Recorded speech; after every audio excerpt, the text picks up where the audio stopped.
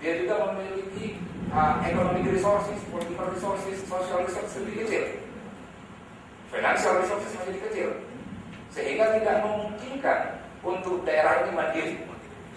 Nah, kalau kita terus menginginkan pemerintah daerah tergantung dengan pemerintah pusat, terutama alokasi APBN, letakkan titik berat otonomi daerah selalu di kabupaten kota. Kenapa? Karena memang economic resources, financial resources yang kecil, dan hampir sulit diyakini akan bisa mandiri, atau sebagian besar akan tetap tergantung dengan pemerintah pusat. Nah, kalau kita ingin selalu memposisikan daerah tergantung dengan pusat, ya memang pilihan yang paling jitu meletakkan otonomi daerah di kabupaten kota. Nah, ini tinggal kita timbang. Nah, bagi saya, dua-duanya pilihan bisa kita letakkan pilihan yang baik, punya kelemahan dan kekurangan gitu. Tapi kalau saya boleh mengatakan, kalau kita ingin melihat daerah ini mandiri dan bisa memiliki posisi tawar yang kuat, gitu, ya tentu idealnya dia di provinsi. Nah itu. Gitu. Nah ini artinya jadi kembali lagi kepada pertanyaan tergantung keberanian. Nah tadi Pak Agus Jaya tadi kan mengatakan ini sama tergantung keberanian. Jadi Pak Agus tadi mengatakan tergantung keberanian ketika mengajukan usulan supaya titik beratnya pemerintah daerah ke kabupaten kota. Nah saya akan balik. Ini bisa juga pemerintah daerah itu provinsi, kabupaten kota adalah sebagai administratif. Bagaimana untuk mewujudkan ini sama tergantung keberanian. Ya. Nah, tapi saya kira kita sudah punya contoh DKI. Contoh DKI itu otonomi daerah itu di provinsi dan otonomi dan kota-kota itu administratif. Nah, ini sudah punya contoh. Jadi kalau kita evaluasi secara mendalam untung ruginya ini. Nah, untuk demand, ya, artinya saya mengatakan kita masih berada sebenarnya satu dasar reformasi ini, atau 10 tahun reformasi ini, sebenarnya kita masih berada pada otoritarian, klasikal otoritarian. Kalau kita berangkat dari asumsi bahwa reformasi di tanah air ini berangkat dari titik personalized government. Nah itu berarti selama 10 tahun pertama ini, tampaknya kita baru berhasil menggeser dari moda personalized government ke klasikal otoritarian. Nah, salah satu karakteristik dari personalized government itu adalah kekuasaan tersentral di satu kutub atau disebut dengan monopola. Nah, kalau yang klasikal otoritarian ini kan kekuasaan tersentral di beberapa elit, sehingga dia muncul pola oligarkinya adalah multipolar. Dan ini yang tampak nyata kita lihat sekarang. Tidak masa lampau, masa Orde Baru ketika masih personalized government, itu pola oligarkinya tersenal di satu kutub di istana negara saja.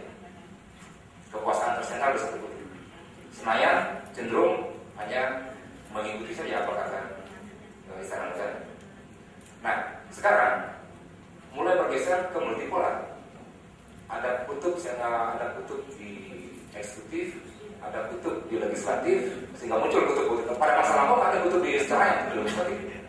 Sehingga ada kutub kekuasaan, sentralisasi kekuasaan eksekutif, ada di Senayan, di legislatif, bahkan lebih kecil di tingkat partai politik pun terjadi segregasi seperti itu. Nah, fenomena yang sama itu terjadi di tingkat daerah.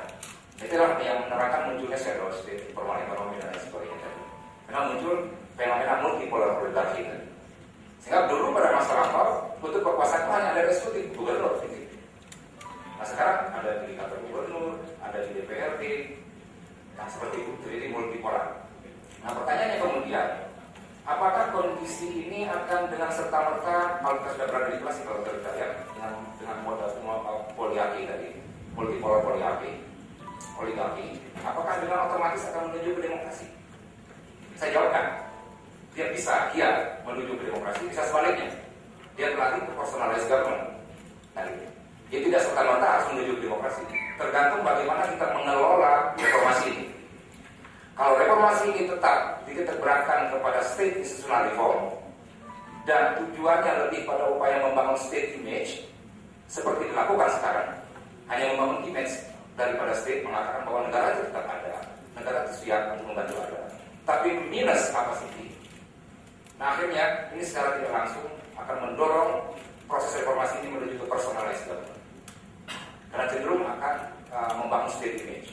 Jadi hanya citra negara yang dibangun, bukan kapasitas negara.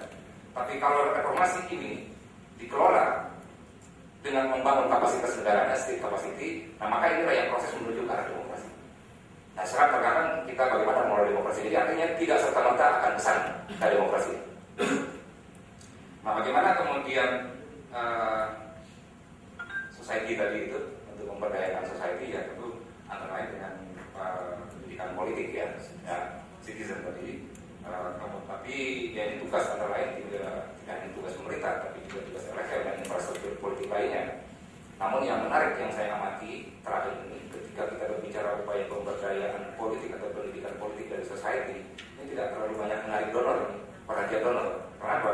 Karena pemberdayaan atau pendidikan politik bagi society ini buahnya terlalu lama untuk dipetik. Nah sementara kalau dia langsung misalnya bantuan itu diarahkan ke partai politik atau pemberdayaan parlemen, itu langsung besok itu hasilnya intervensi kebijakan. Nah sehingga kepentingan tidak tersalurkan. Jadi ini kita menghadapi di situ. Terima kasih. Terima kasih Pak Saleh. Kita ini harus berhenti sebenarnya pukul 4 ya. Mungkin saya bisa extend sedikit seperti janji saya tadi. Uki mungkin kalau sudah siap silakan bertanya Pak. Ini rasanya adalah pertanyaan terakhir yang bisa kita entertain ya, karena sekali lagi waktunya terbatas. Saya TN Barat. Ini temannya Pak Mari juga. Kenal betul saya Pak Mari juga kenal. Saya adalah dosen dari Fakultas Hukum Universitas Kristen Indonesia. Ada 4 pertanyaan yang saya sampaikan. Ya, ada 4 pertanyaan yang akan saya ajukan. Tapi singkat Pak ya. Nah, yang pertama adalah kepada Pak Made. Apakah Pak Made sependapat dengan kami melihat kepada permasalahan yang timbul dari pelaksanaan Popda ini yang sangat kompleks, itu apakah itu tidak diakibatkan oleh karena tidak adanya suatu grand design yang benar-benar grand design yang terbangun sehingga timbul permasalahan itu. Seandainya ada grand design, maka itulah yang menjadi acuan. Misalnya contoh seperti yang dikatakan tadi, saya bekas mantan pejabat Satuan Polisi Non-Pelajar Provinsi DKI. Ini terlihat bahwa polisi tidak memahami apa itu hukum administrasi daerah yang dituangkan dalam perda itu. Nah, jadi seringkali kita bentuk di lapangan. Misalnya contoh, rambu-rambu lalu lintas itu bukan buatan polisi, tapi hukum administrasi daerah. Tetapi pada saat kita menindak, polisi